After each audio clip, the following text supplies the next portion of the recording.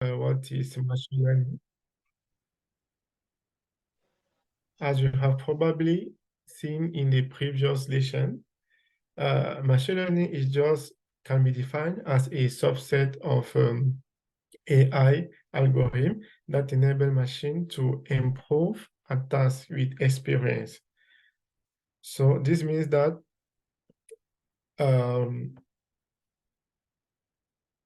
as a human, the machine learning model will improve with the time.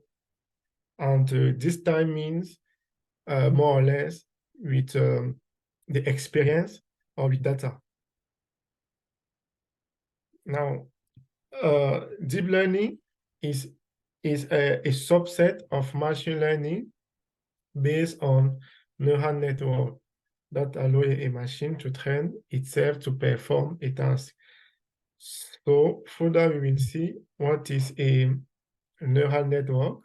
So as you can see here, artificial intelligence is a broader field in which we have machine learning, which only deal with data and with computer and data. And here we have deep learning, which is an advanced form of machine learning that we will explain later. So why do we need machine learning? So for example, we have the traditional programming where, for example, for a given problem, you have to write a set of function or procedure with a conditional rule to perform a given task. So that is why in traditional computer or in traditional programming, computer program follow some rules. So let us say, for example, you want to compute the surface of maybe a rectangle. So we already know the formula to compute this surface. So this is why we can easily write the program in the traditional way. So like we have the program, we have the input data, and here we will write the whole, the set of whole. Like for example, we know that surface is equal to width times height. So here, for example, we will encode this information that we already know about this formula. And the thing is that every time when we want to compute the surface of another figure, we will have to modify this formula to put the correct one. Now, machine learning is like an evolution of traditional algorithm, which make our program smarter by allowing them to learn automatically from the data we provide. So now in this case, instead of having a specific rule, what we will do with machine learning is that, for example, we will provide a lot of data. So for example, here we want to compute the surface of a rectangle.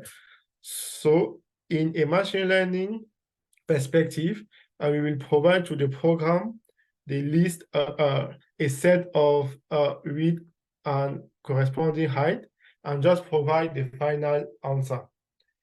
Then the machine will learn itself how a set of rules to get to the final answer. So that is why in a machine learning perspective, so we will have three input data, the width and the height, and the final surface we want to compute. Now here we will consider this data for a set of n data, and we will train our model with this information. And in a machine learning perspective, so here where I talk about machine learning, you can also understand deep learning, because at this point, the idea is very similar. So in the machine learning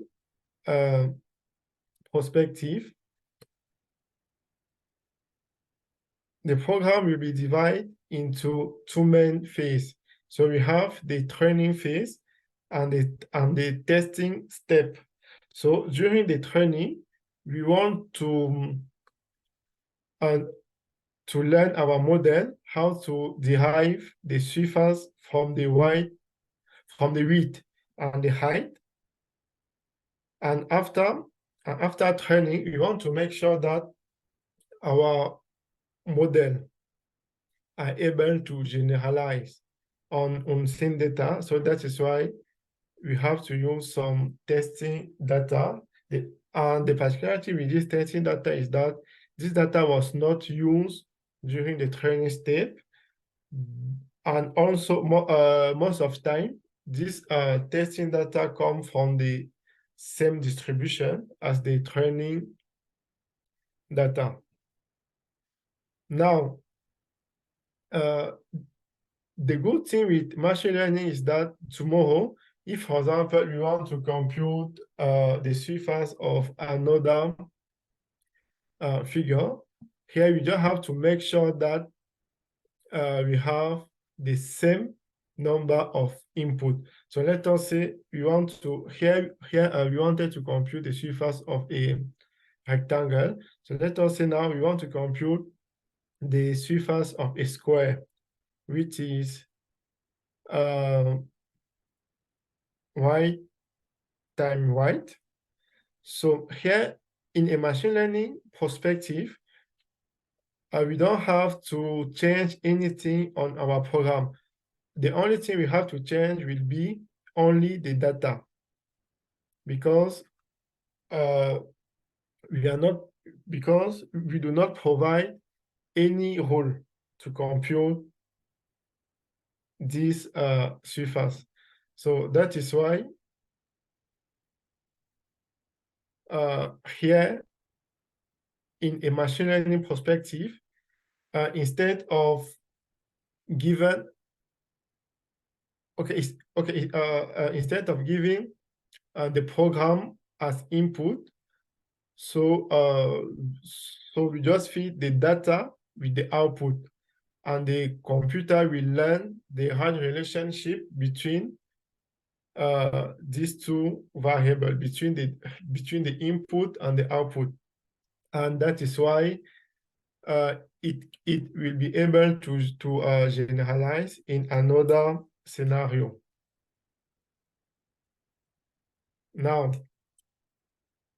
in machine learning, most of time from the input, we have a feature extraction step. And after the feature extraction, we can have a baseline machine learning model, such as a classification, or such as a decision tree model for classification, and then we can have the final output. So let us say we want to classify a set of images. Here we have, or for example, given an image, we want to answer the question that, is it a car or not? Now from this, with machine learning, this feature extraction, in machine learning, this simple task will follow multiple steps. So for example, the first steps could be the feature extraction, where from the input, we want to extract a meaningful representation of of the content of the image. And then from this meaningful representation, we want to use a classification model, which is basically a machine learning model to perform the final classification. So now the classification can be done using a decision tree or a very small neural network. Now, in contrast with deep learning, the feature extraction part and the classification part will be combined into a unique model. So that is the power of deep learning compared to machine learning. So deep learning will eliminate some step, like the feature extraction step, and will combine this step with the main task. Now, the common thing with machine learning and deep learning is that they are all based on massive amount of data, but the particularity with deep learning is that deep learning can process more data than machine learning, because initially machine learning is just designed for very or for small tasks that require some amount of data. But with deep learning, we can go further and train the model on million and million amount of data. So in addition, deep learning, with deep learning, we will be able to solve more complex tasks, like image recognition, natural language processing, and other. So that is the main. So that is one of the main difference between machine learning and deep learning. It's about this feature extraction step. So globally, we can say that deep learning combine every step in just one model.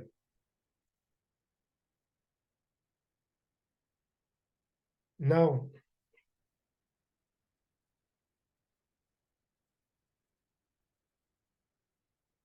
oh, sorry.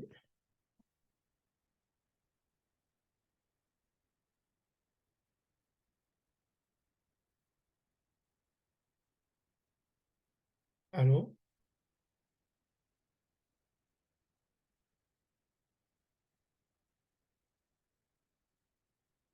Hello? Could you hear me? Yeah. Here, oh, okay.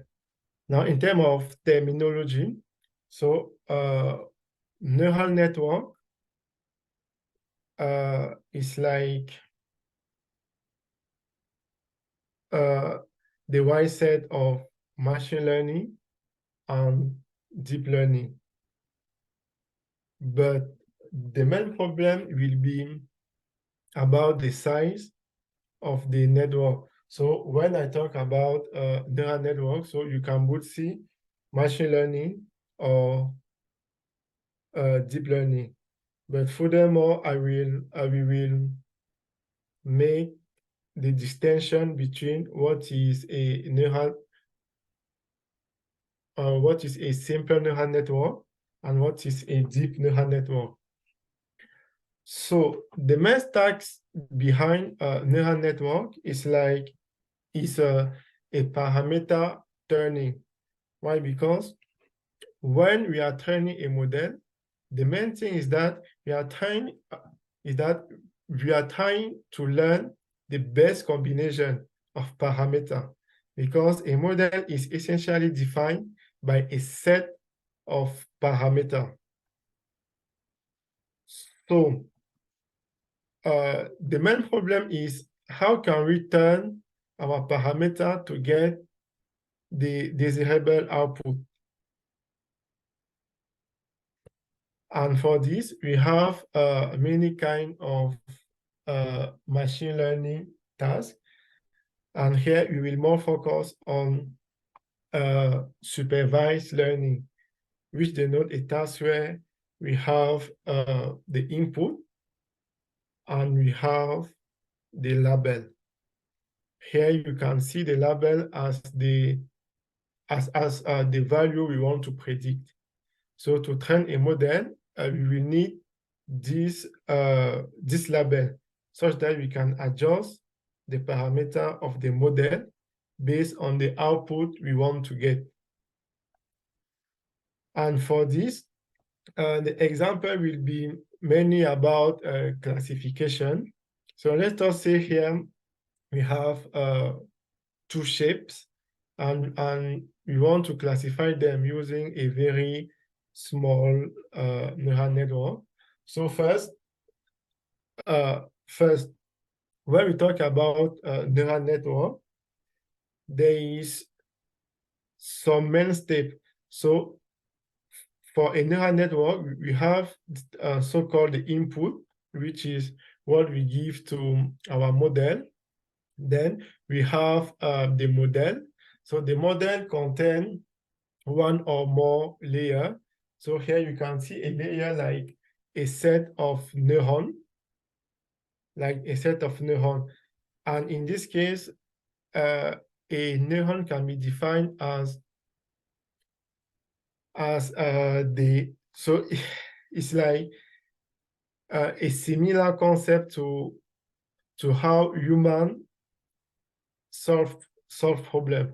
So you can see a neuron as in the human perspective, where a neuron can have some capacity of thinking or of solving problem.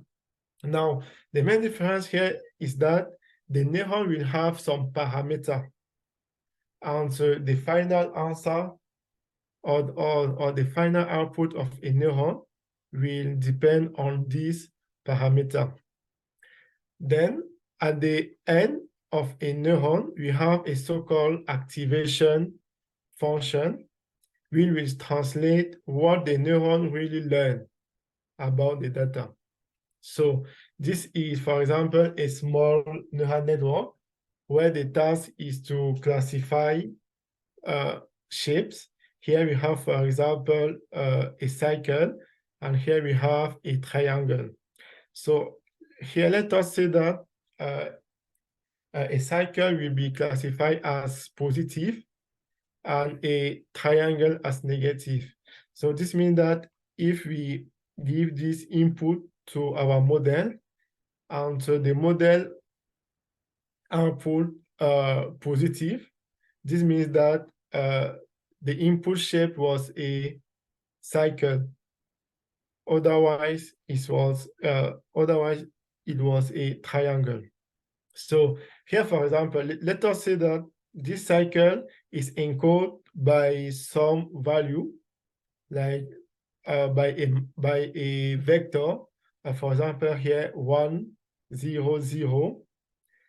And so here, at the input of the model, we have 3 neurons, where each neuron will correspond to one entry of the input. Then, given a neuron, we have the weight. We have the weight associated to each neuron. And this weight, okay, for each neuron, we have the weight. Then what essentially does a neuron is that we will do a linear operation, like a linear combination of the input with the corresponding weight to have the final output. Then, based on the final output, we will send this final output to some activation function, which here is just a sign, which will give positive if the sign of the value here is positive, or negative if the sign is negative. So now the whole task of neural network will be to train this model such that if you have a given shape, the model will be able to answer the question, is it a cycle or a triangle? Now, to do that, the model will learn some weight such that when doing this linear combination, and the model will output something negative here if the input is a triangle, or a positive value if the input is a cycle. Now, the main problem will be to learn this weight. So for example, let us say that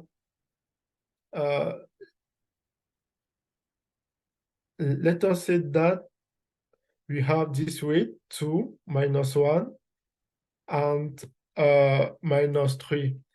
Let us imagine we have this input. So what will be the final, the output here, if we have this input with this weight?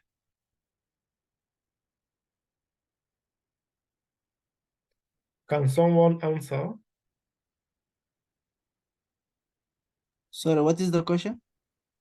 Like, okay, let us assume that we have this small neural network where this is the input, and as input we have this vector 1, 0, 0, and these are the corresponding weight. Given that the final value here is like a linear combination between the input and the corresponding weight. So here we will have this input times this weight plus this input times this weight plus this input times this weight. So at the output here, what will be the output here if the given input is this vector 1, 0, 0? The output should be +2. Okay, here the output will be +2. And so here the sine function will output which value, +1 or -1? It should be a +1. Okay. Which correspond to a right decision in this case.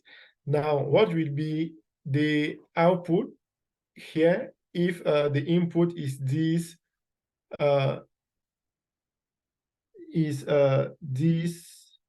triangle? The vector 0, 1, 1. So then the output will be -1, -3, which is -4. Which is -4. And Yeah. here, the sign will be it's a triangle, the sign will be negative. Yeah, so it's -1. So like this, here you can understand that here we can have a bunch of different value for the hyperparameter. Now, so here, this is just, hello? I think I'm a bit behind. How are you getting the values? Yeah. What is your question? Can you come again with it? How you got the values? Oh. Okay. He said, if your input is the first vector is 1, 0, 0. And then you multiply by the weight. So it means if the first weight is +2 on that input variable, so you take +2, you multiply by 1, plus -1 times 0 plus -3 times 0. So then the answer out of that one is +2. Like he's using a dot product. So he takes a vector, he multiplied by a vector, means you are multiplying all the entries and then you are adding up the result. Then the result become +2. Now the question comes in, the output completely out of that one, if that is +2 of the multiplication of the vectors and the corresponding weight. Now the question come in, if that is the +2, now it goes to his definition. His definition say in the classifier setting to detect, is this a circle or is this a triangle? Then because this is a circle, then it should be a positive sign. And then if it's a triangle, then it goes a negative sign. So he designed the positive sign by a +1, the negative sign by a -1. So the same on the second option, he has a triangle and the vector is given by 0, 1, 1. Then the weight is +2 -1 -3. You take +2 times 0 plus -1 times 1 plus -3 times 1. The answer is -4. So if the answer is -4, then is the input a triangle or a circle? The input is a triangle. Now it goes back to the definition. Classifier setting, detect what is the input is a triangle, then bring the negative sign. So then boom, the negative sign, he put it by a -1. Okay, thank you. Is there any other question? Thank you for your explanation. So here, this linear combination can be seen as a dot product between two vectors, as you described before. Is there any question so far?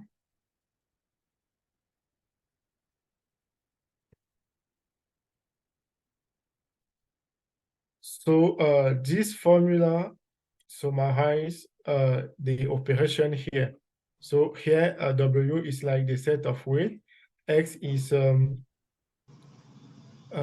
input, and here we will see what is B. Sometimes we call it the bias, which is like the prior information we have about our task.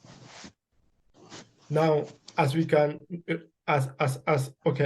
realize here, the weight here can take a bunch of different value, and the main task or the main problem of neural network will be how to learn the weight parameter, because a model is defined by the weight. So that will be the whole problem of neural network, deep learning, and so on. How to learn this best combination of weight. Now, another question will be here. Okay, here you notice that from this output, we use a so-called activation function or a so-called function to provide the final output. Now, now another challenge here, another challenge will be how to choose this final function.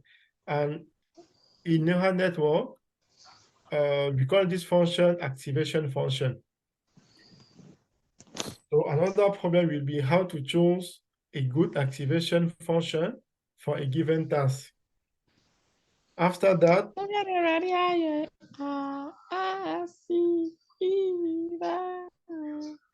hello? Sorry, please, can you please mute? Somebody help us.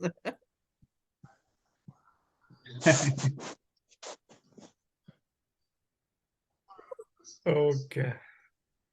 Next, after this activation function, so another challenge will be to choose the loss function or the objective, because we say that we want to train this parameter in order to maximize an objective function. Now, the objective function will be what we want to achieve. So, for example, we want that the predicted value is not so far from the real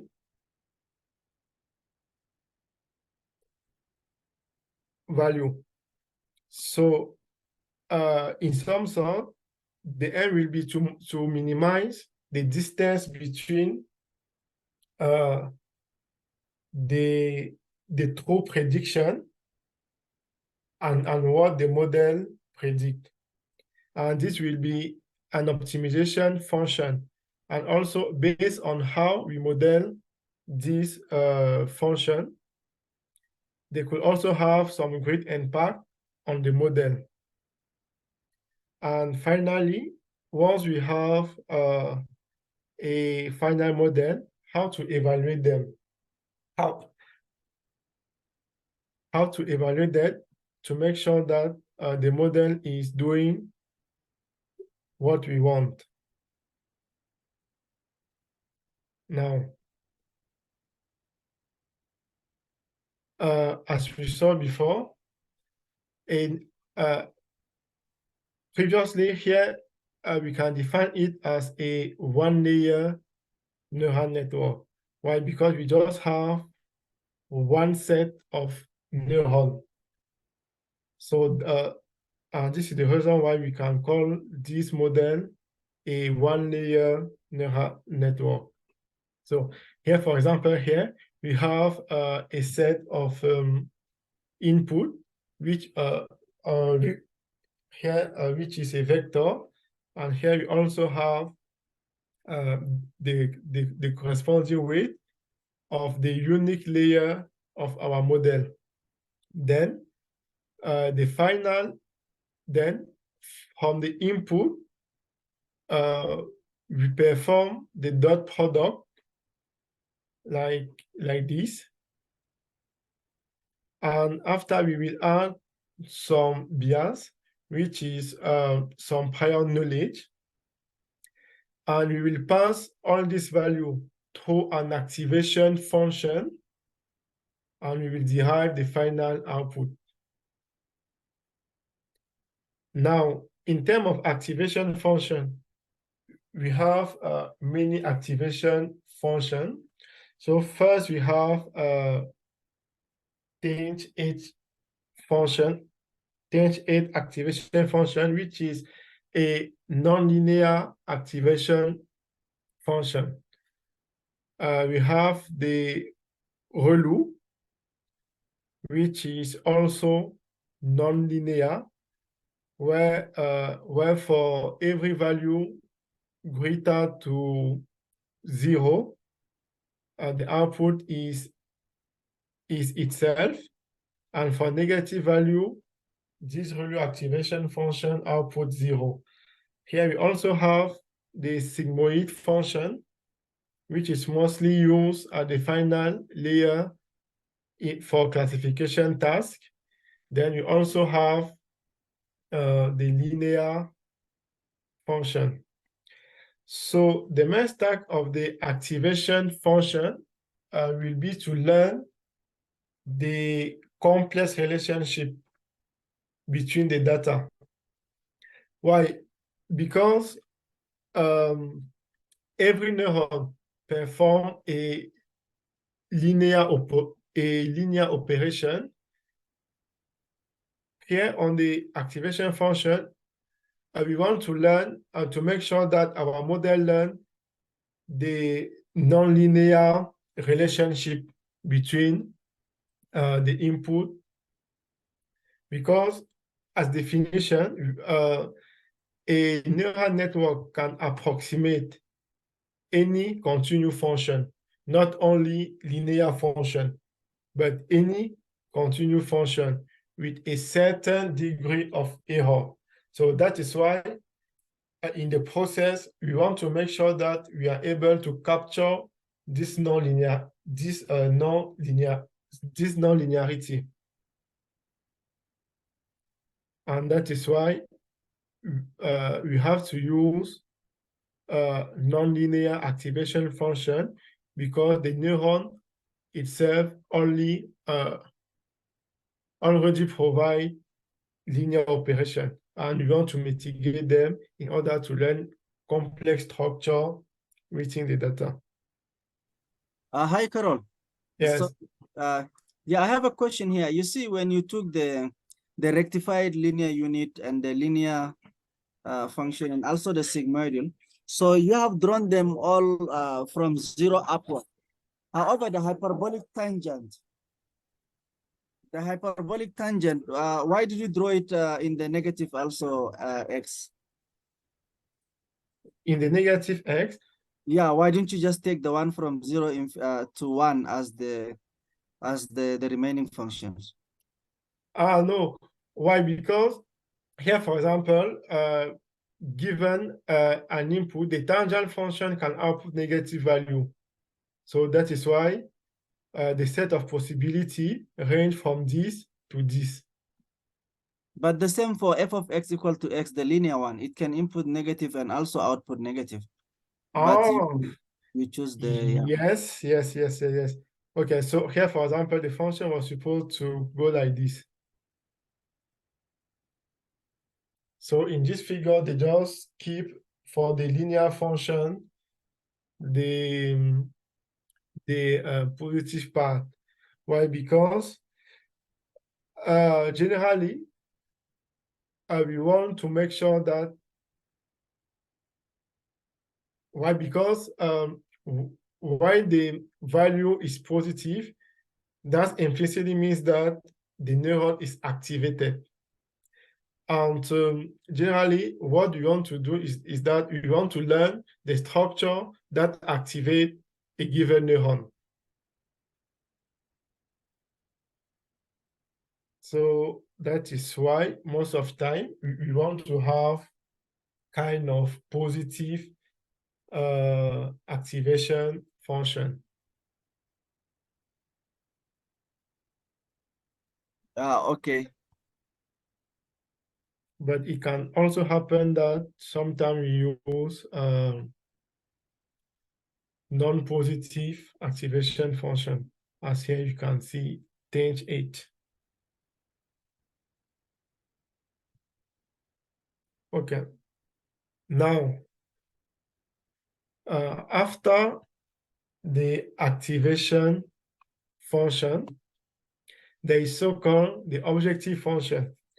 So let us say, for example, we have a linear regression task where we want to output, for example, a continuous value given a set of input.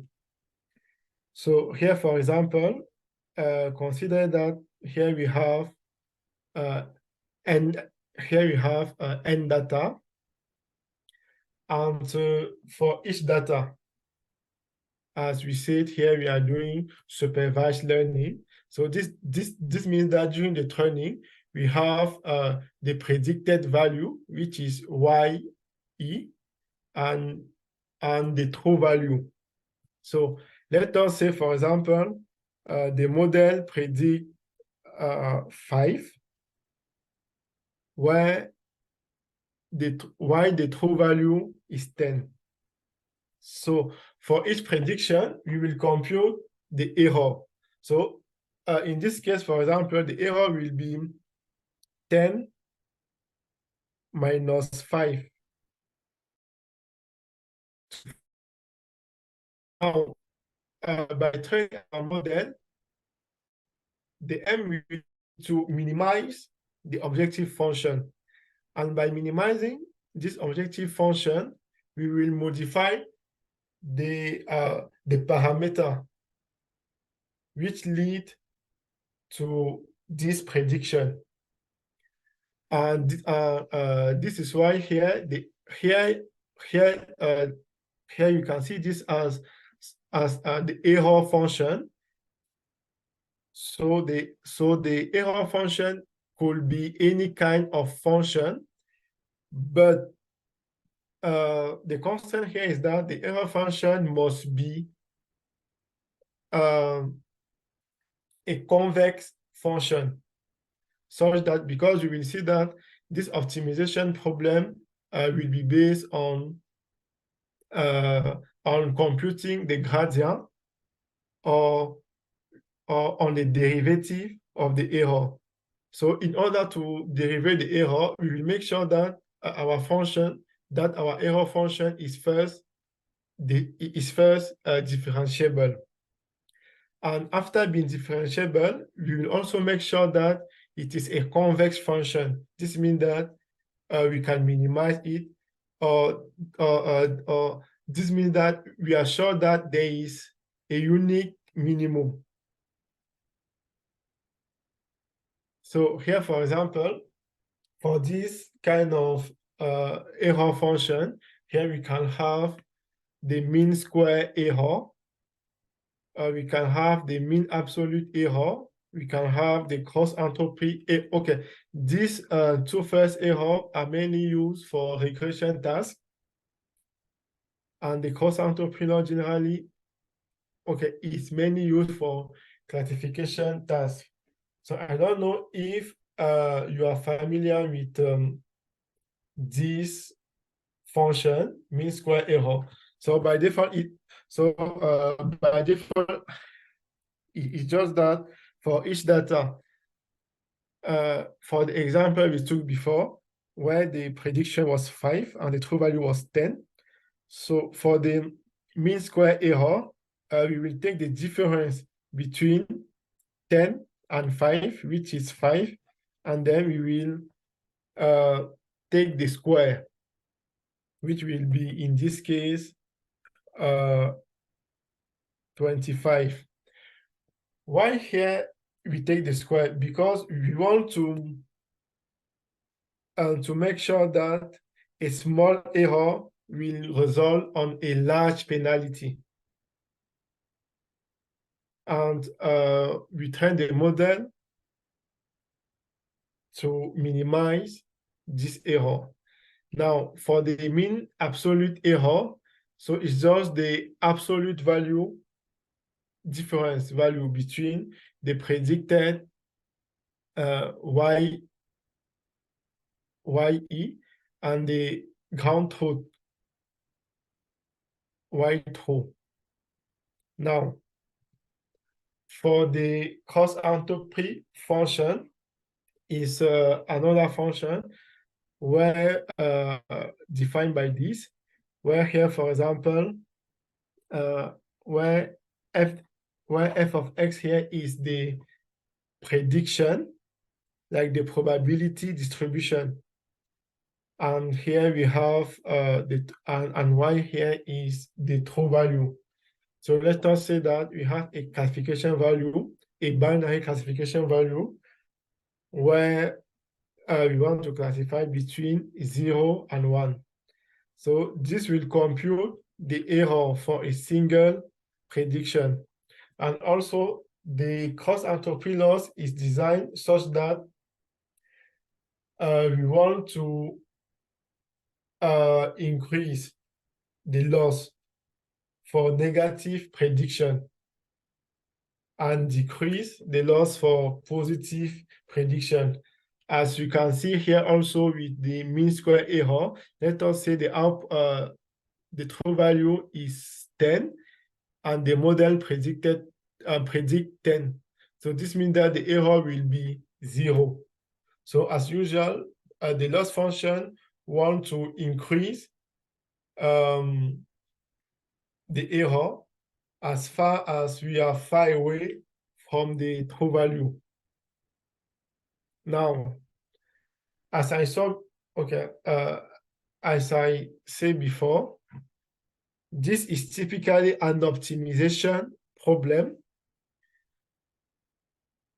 and for that we have to make sure that the loss function we use is convex in order to be sure that we will reach the minimum. So the main task here is to find the optimal parameter by minimizing a loss function. And this is generally done through an iterative process. So for example, here we have our loss function. And in order to minimize it, we will train it and take the derivative through every step. So let us say this is our loss function. The aim is to get the parameter close to this point, such that the final error will be as small as possible. Because we are sure that if we reach this optimal value parameter, the loss function will be very small and the prediction will be more accurate. So this is the global scheme of training a neural network algorithm.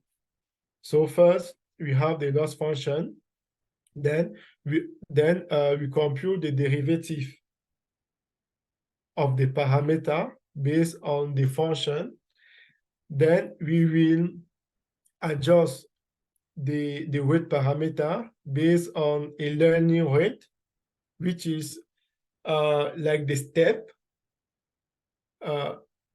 how far we want to increase the parameter, or how far we want to tune the parameter. That is the operation that we will do at every step of the optimization problem. And because we are sure that the loss function is a convex function, we are sure that this optimization scheme can reach us to some optimal value of the parameter. Now, to do this optimization, okay, now generally we call this scheme, this optimization process, the gradient descent, because as you can see in this figure, we try to optimize this convex function in order to have the best parameter at the bottom here. Now, we have many algorithms to do gradient descent, and also the gradient descent or the optimization process can depend on many criteria. So for example, here, for example, we can see the best, here is, for example, the best condition where the optimization process is going smoothly from the beginning to the optimal value. But here, for example, we have some kind of variability, and this will depend mainly on maybe the learning rate we select, also with the initial value of the parameter, with the initial value we choose for our parameter. So that is why training a neural network model is not sometimes obvious, because it involves many selection steps. So for example, you have to first of all choose the optimization function, and then you will also choose the activation function to use at each layer. After, you will choose the learning rate and the initial value for the parameter. So in the field or in the domain of machine learning, we sometimes call all these parameters hyperparameter. So which design the parameter that the user have to define before training the model. Now, after training a model, we would like to evaluate our model to see how well or how good is our model generally. And from that, we also have some evaluation metrics that was designed. So for example, here,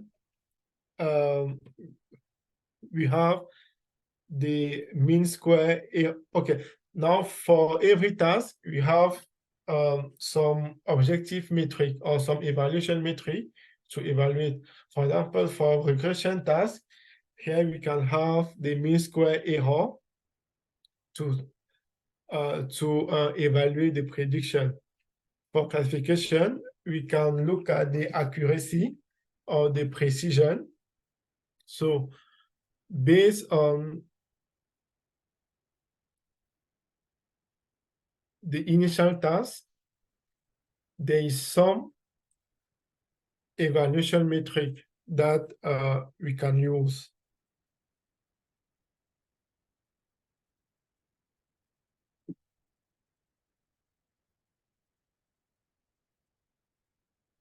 Okay, is there any question so far?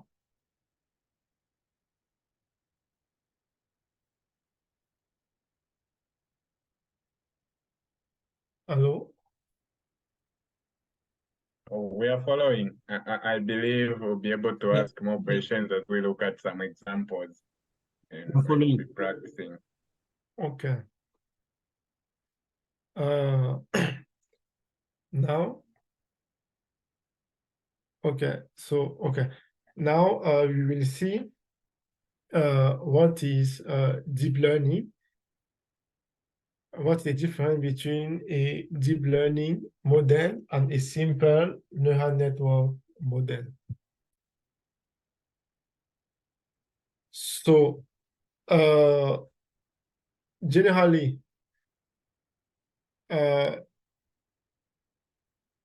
when we talk about deep learning, this means that we have more than one layer into the model. Generally, we do not consider the first input layer as a layer. So as far as we have the input layer and another layer before the final result,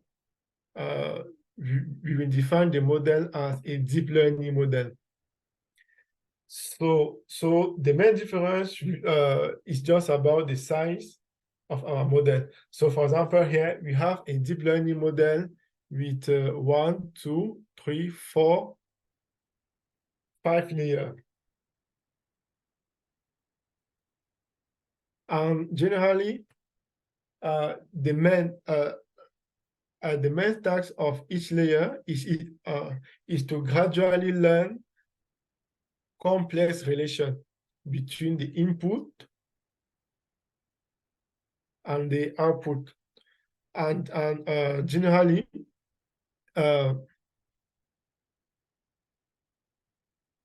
as more layer we have in a model, we will have more accurate result, and also the capacity of the model or the size of the model will be high.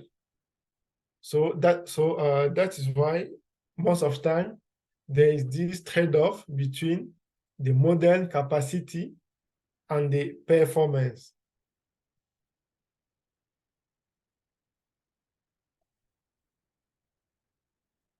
And just keep in mind that each layer, one layer, contains a set of neurons, and each neuron performs this linear operation, this dot product between the input it receives and its own parameter.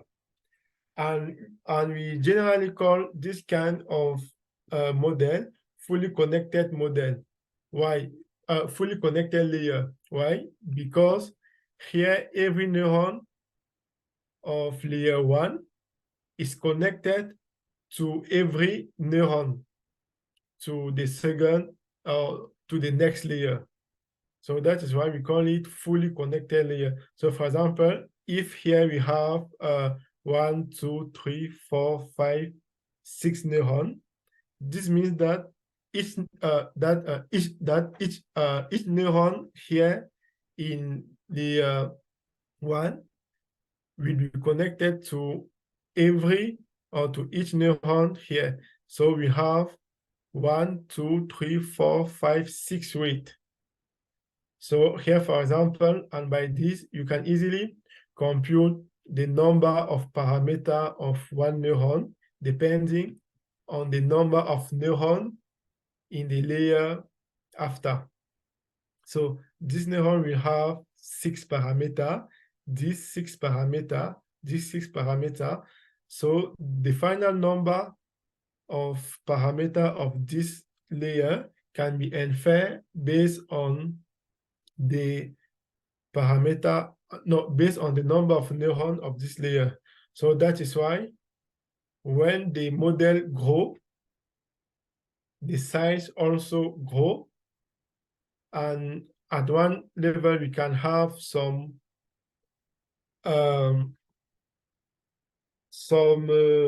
computation limit. And this is also the main reason why neural network or deep learning model are now becoming more popular. Why? Because previously there were no such sophisticated computer to perform all these operations. Because artificial intelligence is not really a new technology. So it was so they think about this technology. We think they hear 90, 50, something like that. But because at this moment, they were not such sophisticated computer with great power, it was not able to implement all this kind of architecture. So here, for example, every neuron here will perform all this operation. And so the output of one neuron will be this dot product. So here you can see that here, for example, for this single neuron, here we will do 6 unit computation. Here, another 6. And here, and by this, you can compute the total number of operations that that we require for the global model. And because the result of each layer is based on the result of the previous layer, it's like an iterative chain where, for example, at each layer, it's like we are adding some more complexity or more level of understanding to the model. So that is why nowadays people tend to have a model with many layers, and that is why it is easily common to have model with a billion of parameters nowadays.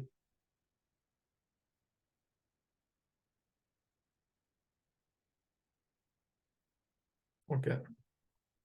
Now, previously we saw that training a deep neural network model mainly rely on activation function.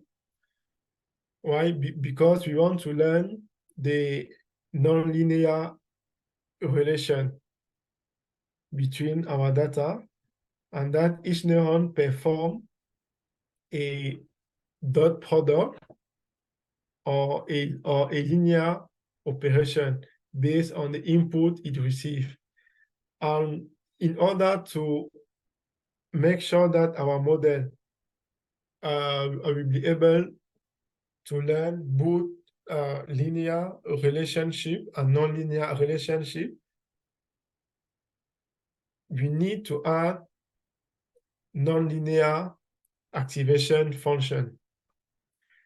So generally, when we have a model, we have the forward propagation, which design the fact that we have our input, we have the model, and we want to compute the prediction.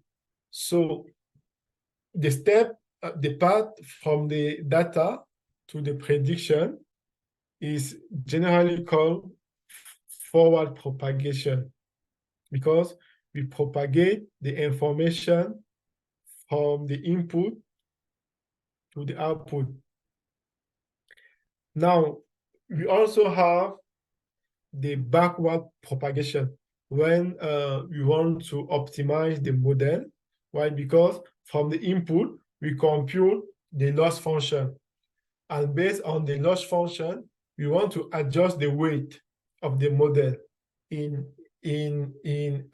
order to improve the model, or in order to reduce the loss function. And on this step, from the output to the input is the backward propagation.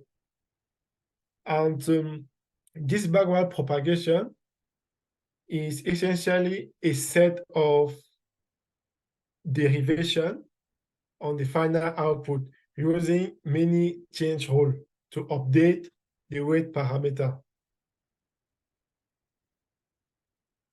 Now, different activation functions have some advantages and disadvantages. For example, for linear function, it is a simple function with no transformation, as we saw before. So it's just output the input that it receives. Now, it is theoretically very easy to train, because even in terms of derivation, it's like the derivation of a constant function will be 0. So by default, the model will not be able to learn anything if we use linear activation function for all the neurons. So that is why it is too simple, and there's no back propagation with this activation function. Now, in addition, we have a nonlinear activation function where we can cite sigmoid function or tanh function. Now, the advantage with this kind of function is that they enable to learn a complex relationship between the input and the output. And the drawback is that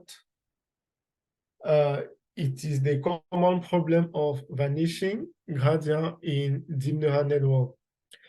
Vanishing gradient is a problem when the derivative is close to 0, because when the derivative of a function is close to 0, we cannot back propagate, because the model is not learning anything.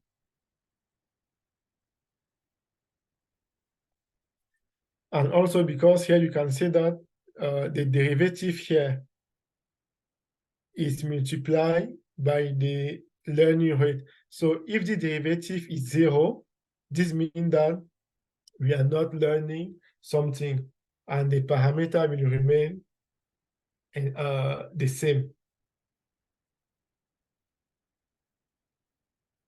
And finally, we also have another class of nonlinear function, which is ReLU. It is kind of the most the activation function, which is mostly used in the community. Why? Because it prevents vanishing gradient, because you can see that it does not modify because it did not highly modify the input,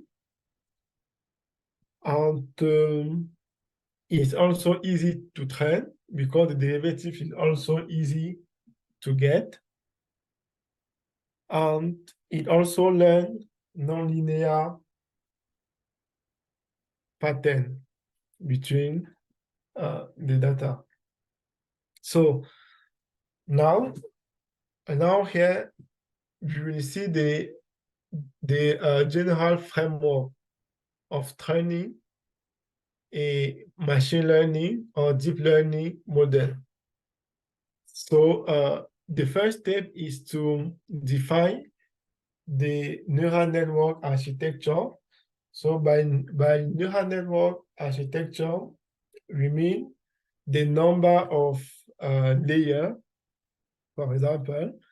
Now, the number of neurons for each layer, then the objective function or the loss function, and also the activation function for each layer. Now, when we define this neural network structure, the second step will be, so here you can see here the structure. Now, the second step will be to initialize the model parameter. There is many possible initialization in the literature. So you can initialize the model to random parameter. You can choose a set of parameter if you already have some prior information about the task you want to solve.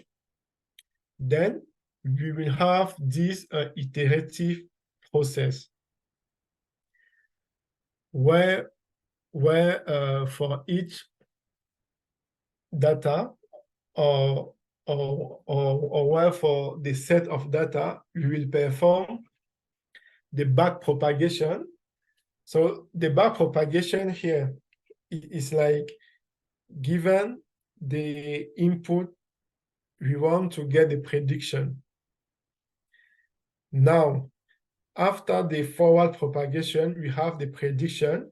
Now, the second step here will be to compute the loss function.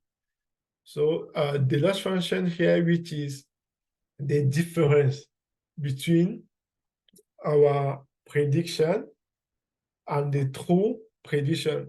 Why? Because we are training a supervised model.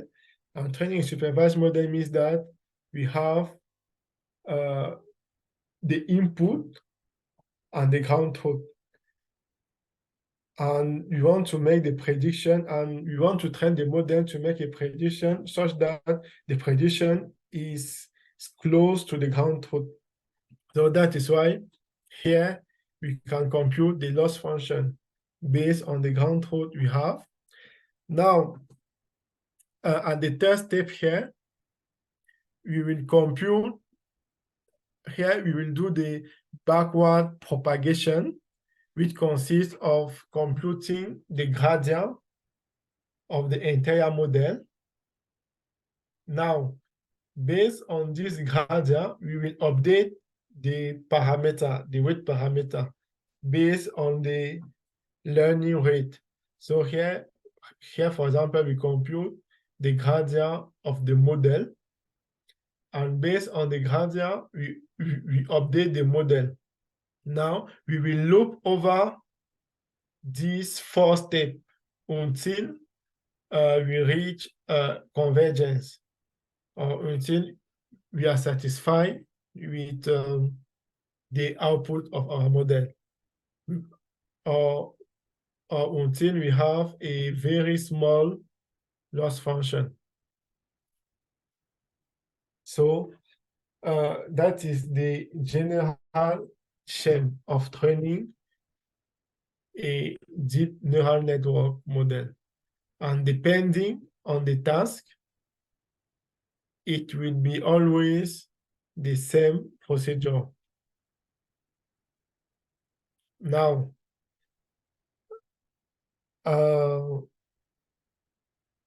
there is many applications for deep learning.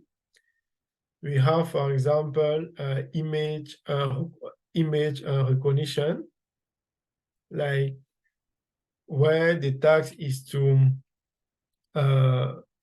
classify something, or maybe to recognize a face, which is often used for security purposes. We also have a natural language processing, where one popular example nowadays is ChatGPT. So we also have the medical field, also based on image recognition, where, for example, you want to be able to do some diagnostic based on images. So there is a lot of application of deep learning model nowadays. Now, each application can be reached in one subpart of deep learning model. So here, for example, because deep learning is very large, and depending on the kind of input data we have, we might want to design a specific architecture or a specific model to solve a class of problem. So that is why we can have many deep learning architecture, where, for example, we have a convolutional neural network where many deal with images. So in convolutional neural network, the input are many images. Now, for recurrent neural network, the main input are text, like natural text, and representation learning. Here, for example, the aim is to learn the representation or to summarize the data. So it can involve tasks like classification, clustering. And in reinforcement learning, it's like we are training an agent to perform a specific task, where we have this notion of reward, where for each positive task, the agent receives a positive reward. And for a negative task, the agent will be punished by a negative reward. And all this process will be able to train the agent to take its own decision based on a given environment. Now, I will explain a little bit what is convolutional neural network as example.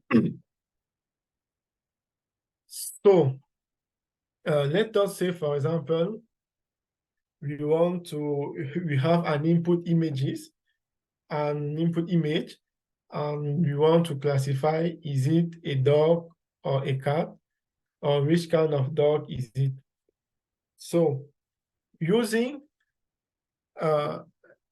so the first idea will be to use a common architecture like a fully connected layer, which is the base architecture for neural network. Hello? Are we Yes, together? please. Yes, we Yes, are yes. together. We are. Okay. So the first idea will be to use this fully connected network, also called dense network. But the problem is that there is this dimensionality problem. Why? Because let us say that we have a model. No, let us say that our input is like has this dimension, like 1024 cos 1024. Now, initially, the basic things we have to do when using a fully connected layer is that we have to convert our input to a 1D vector, because one condition is that for a fully connected layer, the number of neurons of the first layer should be equal to the number of features of the vector, of the input vector. So if, for example, the input vector, if the size of the input vector is 10, that automatically means that the number of neurons of the first layer will be 10. And also, the final layer, and also in the final layer, the number of neurons is equal to the number of classes we have. So for binary class, we can have two output neuron at the last layer, or only one. One because it is a binary problem. So if the probability distribution, for example, is 0.4, that means that we can automatically get the other probability, which is 0.6. So that is why for binary task, we can choose to have either two or a single neuron as the final layer. So now, let us say here we have this input image with this dimension. This means that we will have to flatten this input. Okay, also, one data is that an image is represented in a computer as a matrix of value. So I think you are already aware of that. Is it true?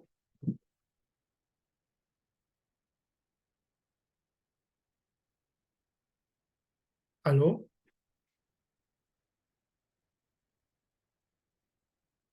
Yes, we hear you. So an image can be represented as a matrix. Yeah. So did you know that before? That every image that is displayed on our computer is in background a matrix containing some number. No, I didn't know that before. Okay. So that is this is Yeah. good to know. So because for every not only image, but every data, but not only image, but everything that is processed by our computer in background is just a set of number. A set of number. So that is the representation that the computer understands, not the image like this. So that is why for an image, the typical representation of the image is a matrix in background. Now, depending on the image, we can have, okay, now with this color image, we usually have three-dimensional matrix. Like we have where each dimension denote a channel, where we mostly have the red, the RGB channel, red, green, and blue. And for each channel, we have every value. Now, let us say these images, this is the representation of these images, no, of this image, just one representation, just one channel. So if you want to feed this image to a fully connected layer, first we will have to flatten this matrix into a 1D vector. And by flattening this matrix to a 1D vector, so we will have a vector of this size, 10, 24 cos 10, 24, which is, I think, more than, so let us say we have 1,000. So it's like 1 million. So it's like a vector of 1 million dimension. Now, as we say that in the first input or in the first layer of a fully connected layer, what will be the number of neurons required to process these images? Do you have an idea of the number of neurons we will need in the first layer?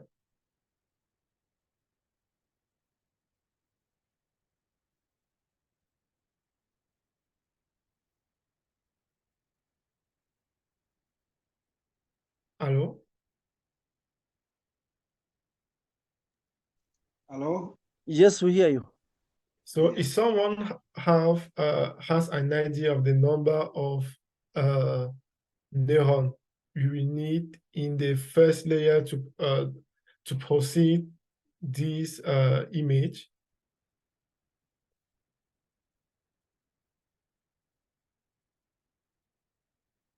No, how do we determine the number of neurons we need to proceed for the image? Okay, so just to recall, I say that in the first layer, the number of neurons will be equal to the dimension of the input vector or of the feature vector. So if you have this feature vector, what will be the number of neurons in the first layer? So we need 1024.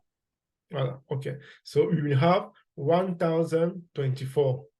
Now, and because each input will be related to every neuron, this means that we will have what will be the size or the parameter size on the first layer.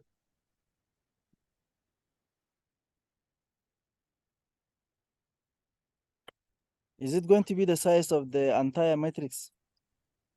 Yes, the size of the entire matrix, yes.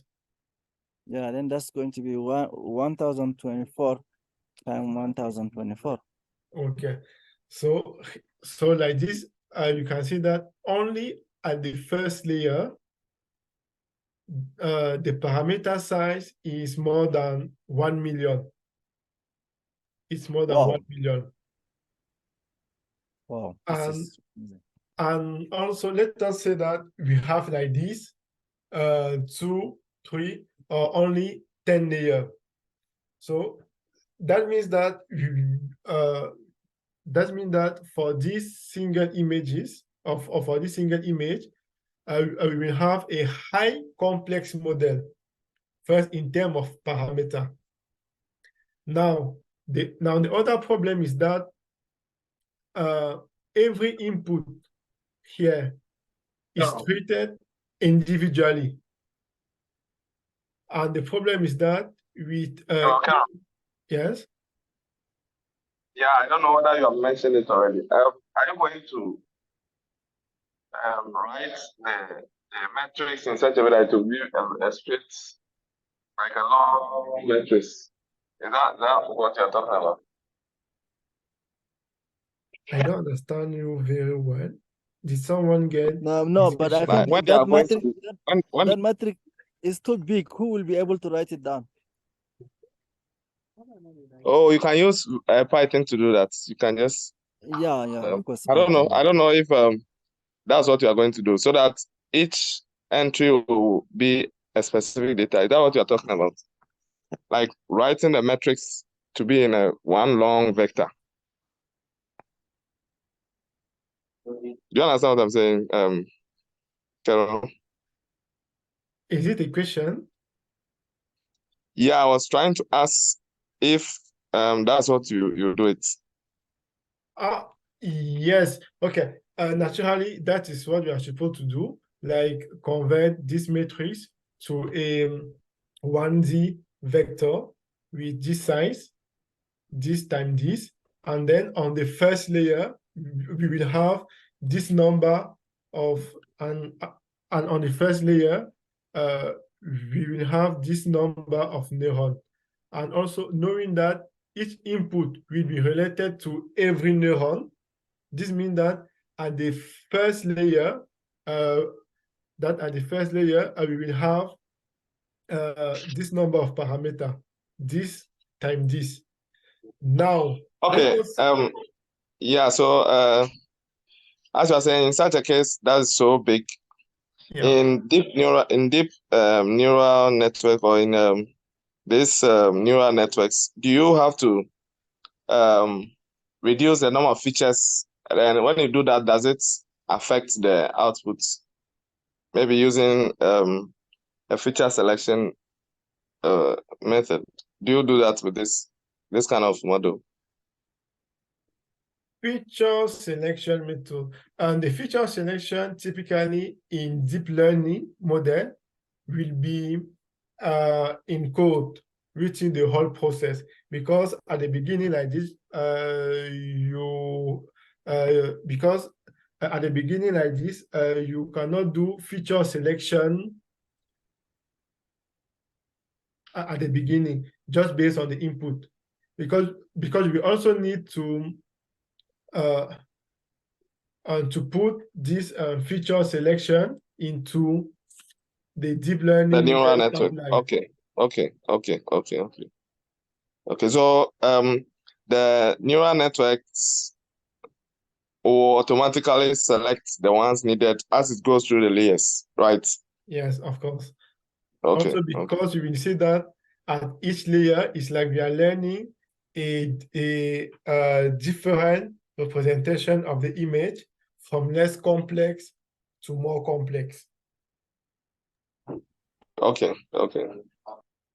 And then, how long does the program takes to run? I'm looking at the complexity of the program. Are you scared for your laptop to break? Yeah, exactly. Okay, so that is another issue. So that is why nowadays we have this GPU instead of CPU on which we can train this kind of model. Because sometimes you can have a model that you can train on 1 week, some on 1 month, depending on the size of the model. So the training time will also depend on the size of the model, on the number of epoch, on the number of iteration. So there is many factors that will contribute to the training time. Okay, now another issue of using fully connected layer to process images is that with a fully connected layer, we consider every pixel individually, because the pixel is the minimum amount of information within an image. So a pixel is like a position. So here, for example, we have a matrix of 1024 cross 1024 pixels.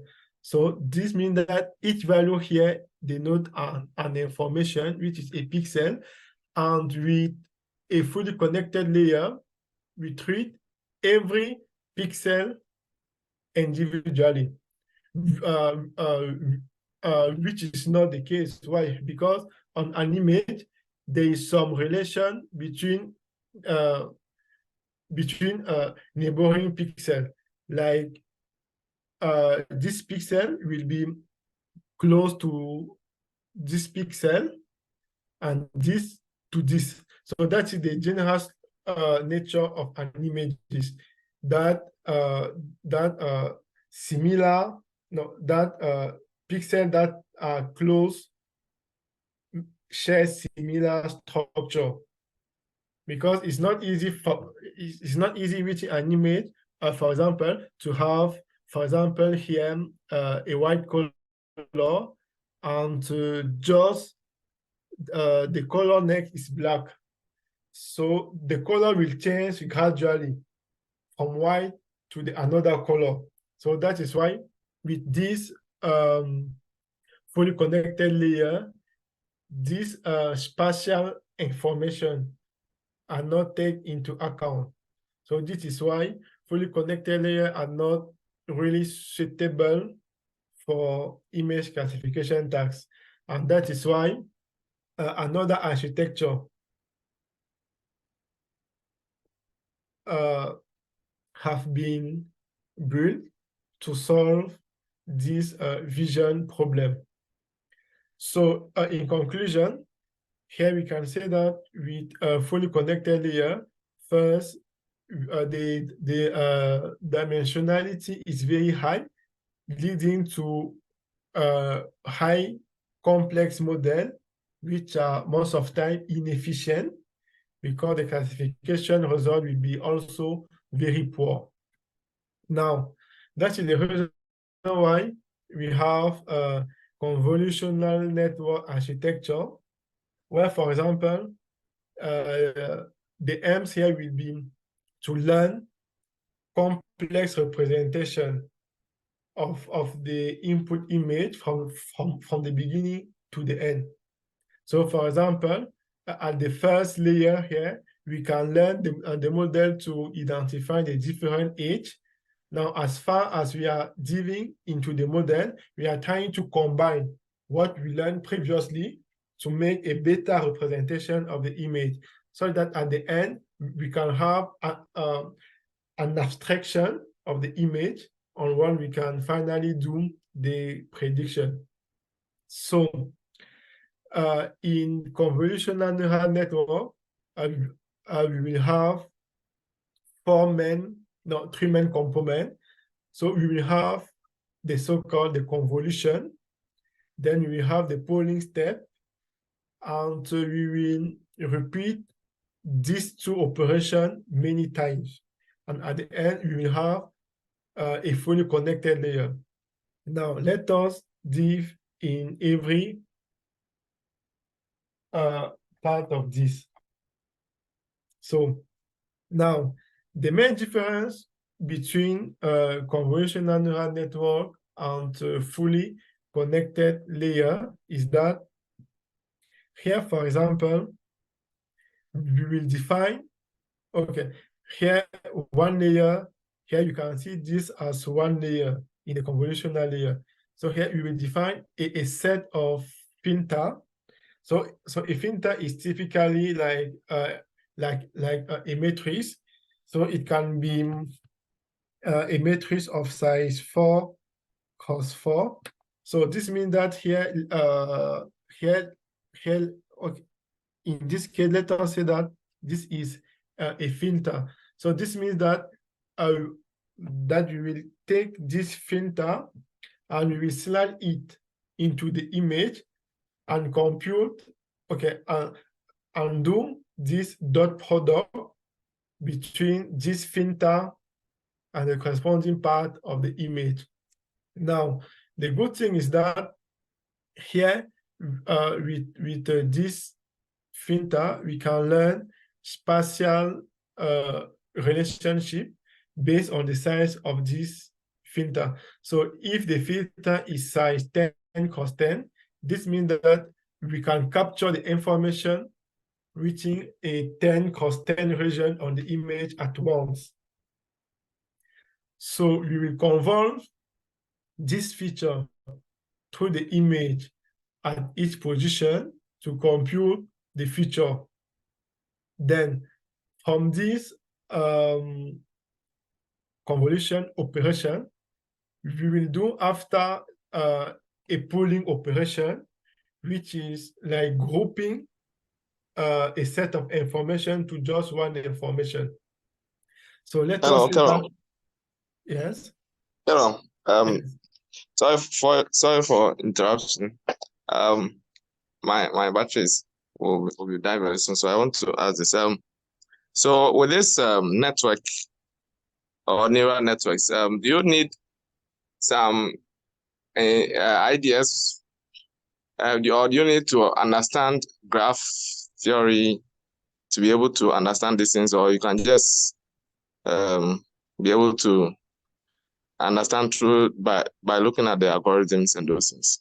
And the second one is the previous one, the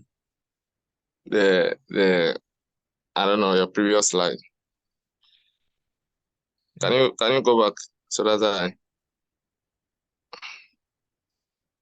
all right, so yeah, I want to know if the size of the matrix, the input matrix, will tell the number of layers you are going to use, or it doesn't have any effect on it. Like, what is the effect of the number of layers, or the size of the input data, and then the number of layers you are going to choose for your deep neural networks? So the first one is whether you need information in graph or network theory before you be able to understand or not. And then this one. Okay, I see. Okay, coming to your first question, this okay, here it's true that it looks like graph theory, but it's just for representation. So you don't need any information of graph theory to do neural network, because there is also another class of neural network model based on graph, where we often call graph neural network. But for convolutional neural network, fully connected neural network, there is no relationship between those model and graph theory. So this is just to facilitate the representation to human. Okay. Then the second one. Okay. With this particular now. Yeah, with this particular slide. Okay. Now the input size did not condition the number of layers we will use, but only the size of the first layer. But only the size of the first layer. But because the number of layers you will use will depend on you, because in this neural network of deep learning, there's also a so-called the engineering of deep learning, which is mainly how you will design your model, because there's no a receipt. Like if you have this kind of input data, this is the structure of the model that you will use. So that is why neural network also involve some kind of engineering, some kind of thinking, and that's also why we have this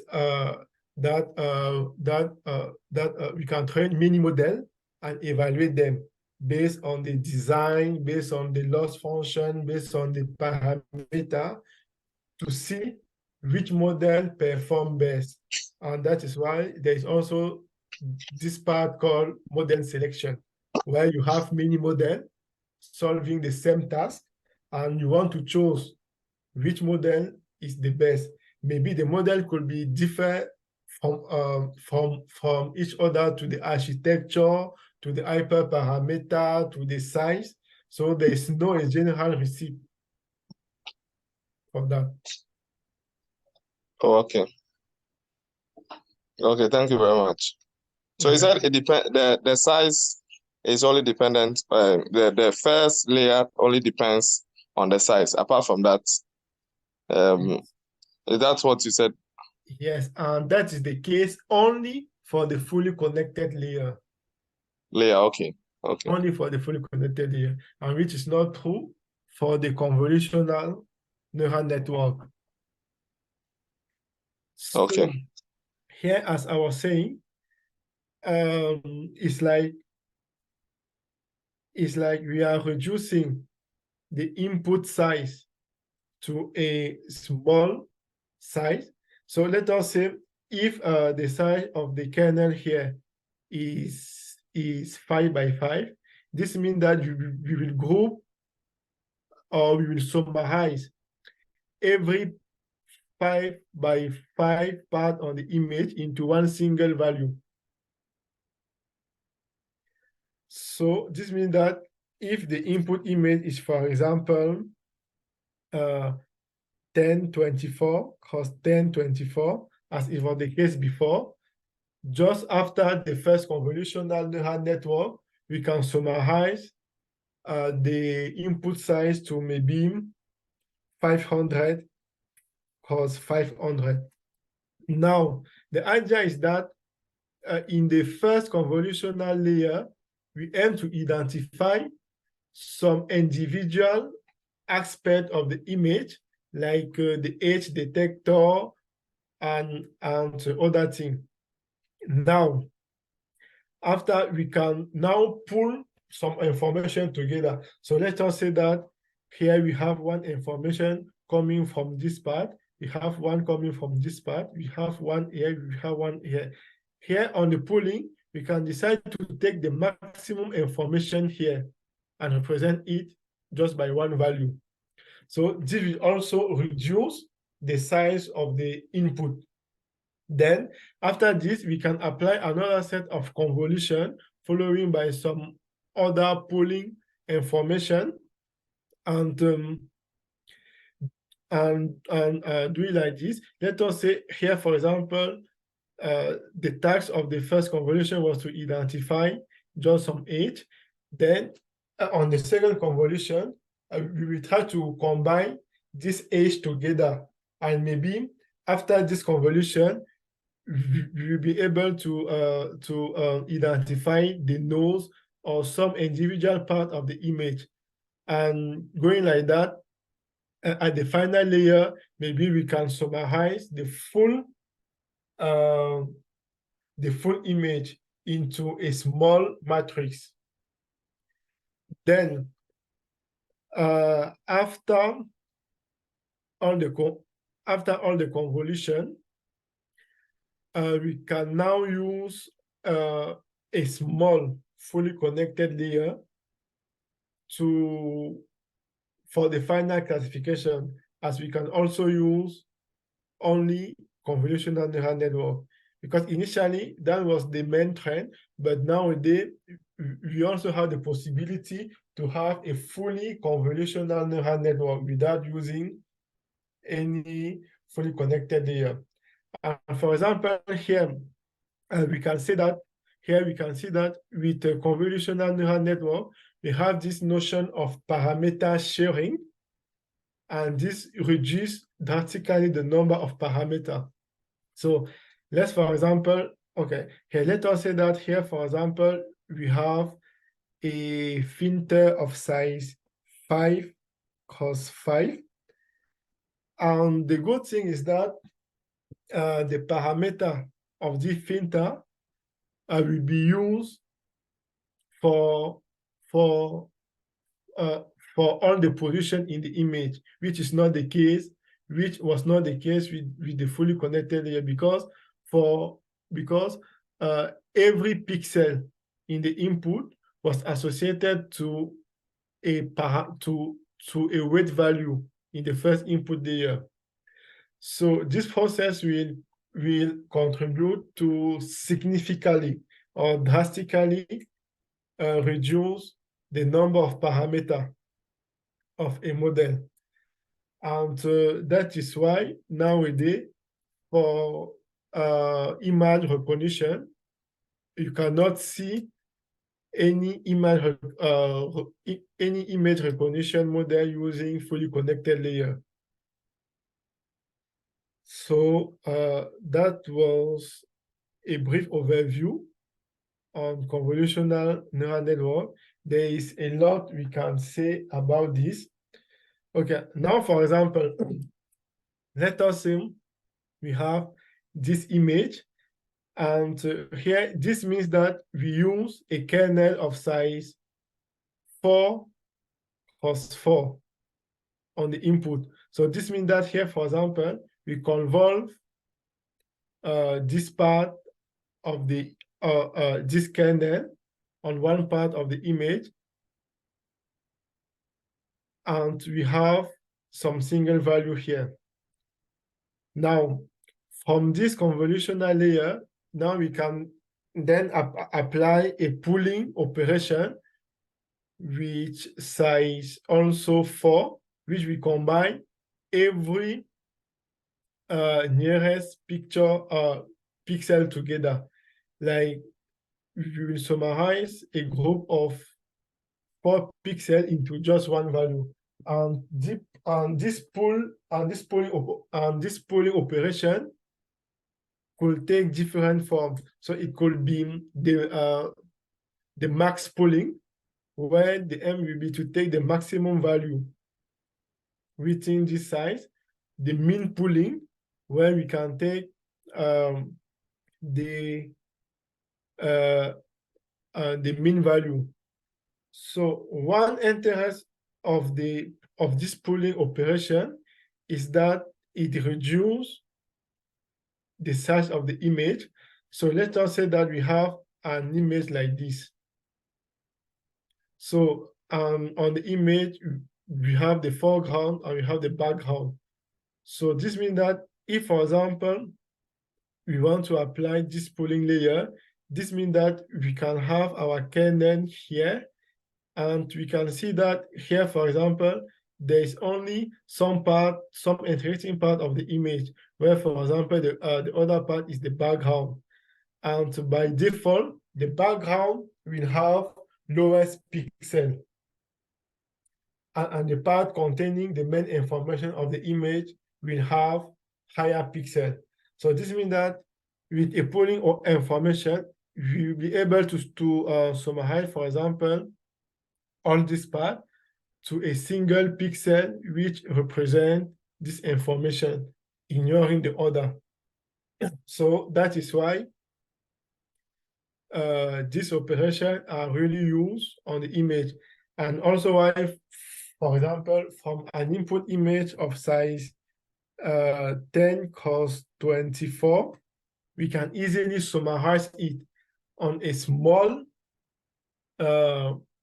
matrix, at the end maybe of size 100 cos 100, containing the main information relevant to classify the image.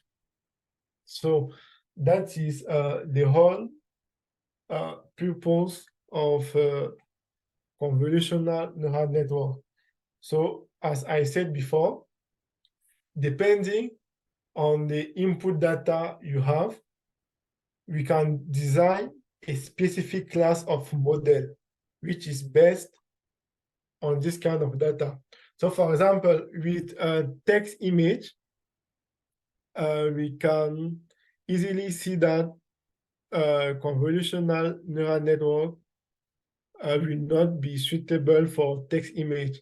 Instead, we have this kind of natural language processing or recurrent neural networks such as ChatGPT, which can deal with text. Now, because convolutional neural network shown very powerful result in the literature, many model was developed, where the first model, where we can consider is at the first convolutional neural network was AlexNet, and it was designed in 2012, I think. Yes, and from this model, many other models have emerged, where we have ResNet, VGG, DanceNet, EfficientNet, and other.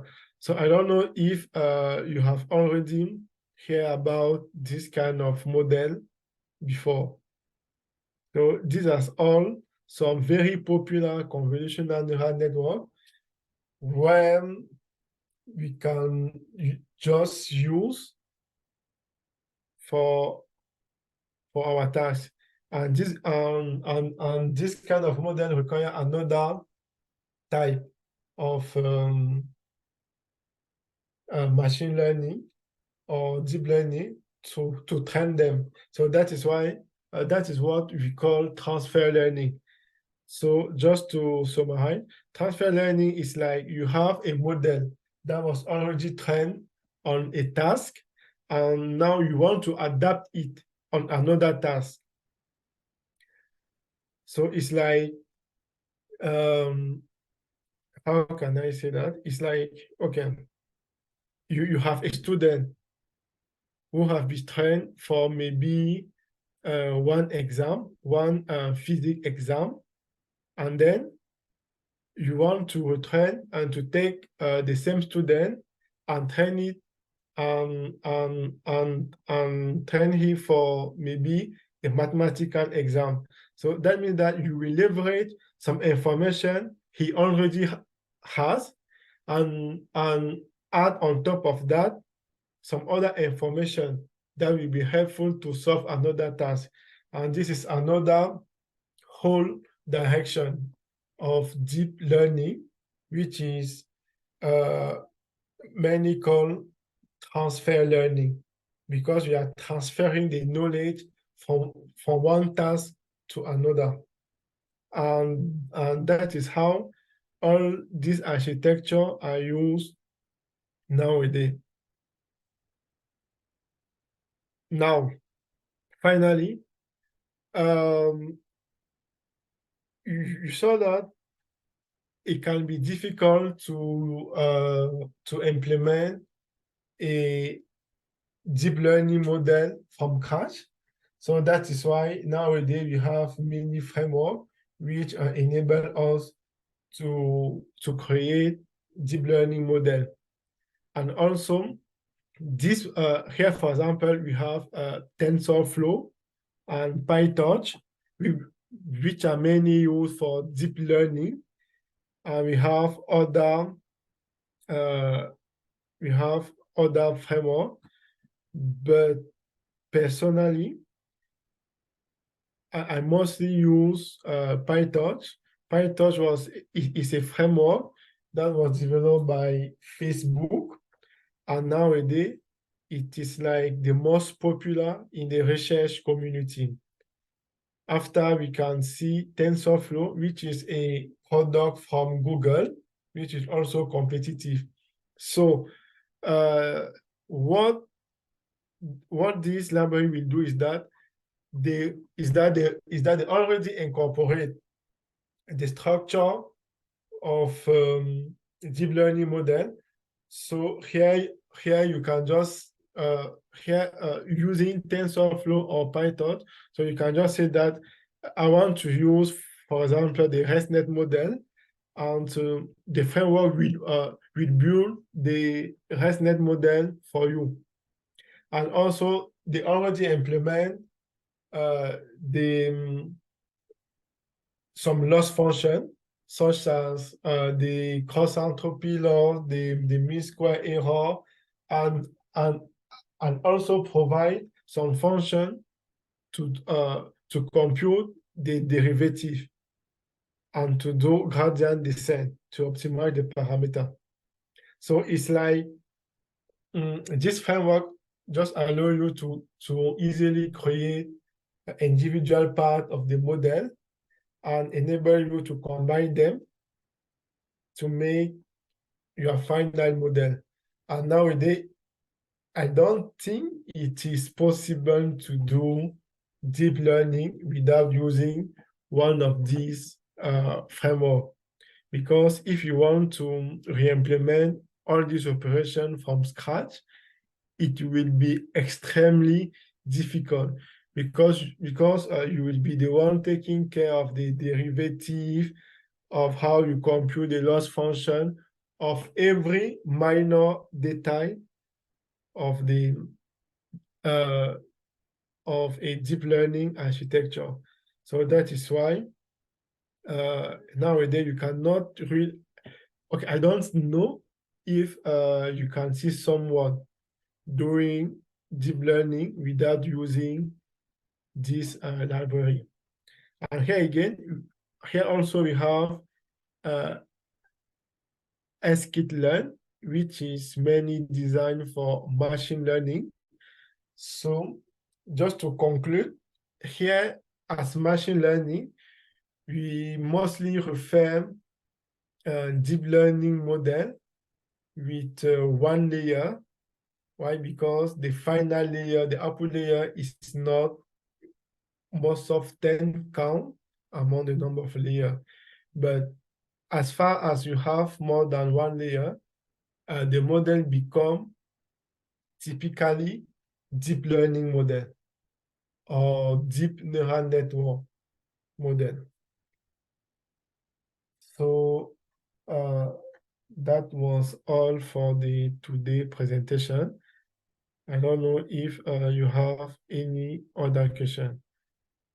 And this was only a a brief overview of deep learning, because every single step here within this course can take a chapter, either loss function, activation function, model architecture, transfer learning, convolutional neural network. So it is a very large topic, and depending on your interest, you will deep into one field or another field. So at this step, I don't know if there is any question.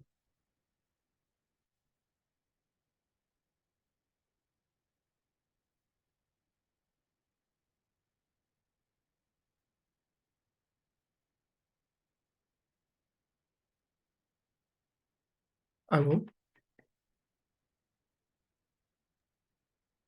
Hello.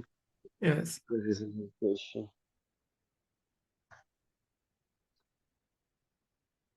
Yes, we are listening. Is Damaris there to conclude or?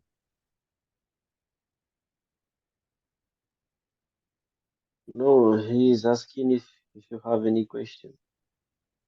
Okay, we have looked at a lot of things as we have put it, that this is just a general overview of deep learning. We expecting to look at some maybe, I don't know which subtopic we are going to look at. Riding on what you have said, that this may take each of the subtopics that we